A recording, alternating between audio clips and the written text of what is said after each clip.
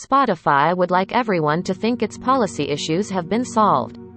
The company is currently facing a double-edged exodus as, on the one hand, celebrated artists like Neil Young and Joni Mitchell are pulling their work off the platform while, on the other hand, so many users are canceling their paid premium subscriptions that the unsubscribe feature is reportedly struggling to keep up. It's certainly possible that the twin happenings aren't directly linked, but Young laid his decision, which Mitchell supported in solidarity, at the feet of Joe Rogan, the controversial Spotify-exclusive podcaster who speaks to a million-strong audience. In the midst of all this upheaval, Spotify responded on Sunday with a publicly available version of its platform rules and a clarification on how it will treat podcast discussions of COVID-19 moving forward. The reason for the move is articulated best in an open letter that circulated recently in which more than 250 scientists, medical professionals, professors, and science communicators signed off on a call for the company to clarify its policies and take action against the mass misinformation events which continue to occur on its platform. The letter specifically cites the Joe Rogan Experience podcast and its host, who has perpetuated inaccurate or false information about the ongoing global pandemic. Spotify's Sunday announcement, which co-founder and CEO Daniel Ek shared on Twitter, makes no mention of Rogan or his podcast, nor does it address the specifics of any recent events that led to the move. You've had a lot of questions over the last few days about our platform policies and the lines we have drawn between what is acceptable and what is not, the post reads. We have had rules in place for many years, but admittedly, we haven't been transparent around the policies that guide our content more broadly. This, in turn, led to questions around their application to serious issues including COVID-19. The Post goes on to acknowledge that Spotify has an obligation to do more to provide balance and access to widely accepted information from the medical and scientific communities guiding us through this unprecedented time. In that spirit, the company landed on one concrete step aimed at COVID specifically. We are working to add a content advisory to any podcast episode that includes any discussion about COVID-19. This advisory will direct listeners to our DEDICATEDCOVID-19 Hub, a resource that provides easy access to data-driven facts, up-to-date information as shared by scientists, physicians, academics, and public health authorities around the world, as well as links to trusted sources. The Post goes on to note that the advisories mark a new effort to combat misinformation on the platform. The COVID-19 Hub, which is already live, is something akin to a Spotify playlist. Rather than linking to outside sources, the Hub gathers together podcast series from BBC World Service, Politico, CNN en Español, ABC News, and Bloomberg that all focus on public health matters generally and the pandemic specifically. Rogan's podcast is not included, obviously. There's nothing inherently wrong with directing users toward educational content that has the potential to clear up misunderstandings about the facts of the pandemic. But Spotify's approach is eyebrow-raising nonetheless, since this would be new effort to combat misinformation doesn't really do that.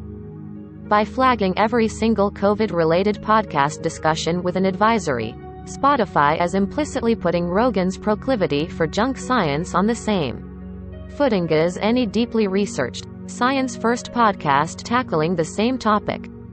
It's a dodge. By lumping all COVID discussions together under one umbrella, Spotify gets to say, essentially, some of this is right and some of this isn't, and we're giving you the tools to decide for yourself. Spotify is implicitly putting Rogan's proclivity for junk science on the same footing as any deeply researched, science-first podcast tackling the same. A noble idea, perhaps, but one that doesn't quite live up to its ideal in reality. This might not be true of every listener in Rogan's audience, but plenty of people are willing to simply take what's said by him and his guests at face value. Many of those same people have spent years, whether they realize it or not, as soldiers in a war on truth and reality. And since they've already bought into Rogan's ignorance-fueled worldview, sticking a bunch of fact-filled audio hours in front of them ain't it. Spotify's newly published platform rules don't exactly promise a safer and more truth-centric environment, either. The dangerous content section of the rules that govern COVID-19 is filled with vague, easily subverted language that reads like a bunch of loopholes for people like Rogan to leap through. Content creators are barred from calling COVID-19 or certain other diseases a hoax or not real. They're not permitted to encourage the consumption of bleach products to cure various illnesses and diseases. They also can't suggest that approved vaccines are designed to cause death, nor can they encourage people to get themselves infected on purpose, to build immunity. It all sounds great until you look closer. Content creators may not be able to call COVID a hoax, but that doesn't prevent them from, say, drawing an equivalency between the illness at the heart of our global pandemic and the seasonal flu. Only one of those has killed more than 5.6 million people since 2019, and it ain't the flu. Similarly, disallowing any suggestion that the vaccines are designed to cause death won't actually disrupt efforts to make people doubt vaccine effectiveness or safety. And the bleach thing. That was one dumb news moment of many for Donald Trump, but it's also something that was quickly denounced pretty much everywhere. The calls for Spotify to take action may be framed around the company's sorely lacking public-facing platform rules and policies, but the intent behind those calls when it comes to purveyors of bullshit like Rogan is much simpler and more straightforward: deplatforming. Young made it clear when he called for his own music to be taken down. They can have Rogan or Young, not both. That's a step Spotify is apparently unwilling to take, and it's left the company dealing with a mess of its own making. Content advisories do little to clean that up.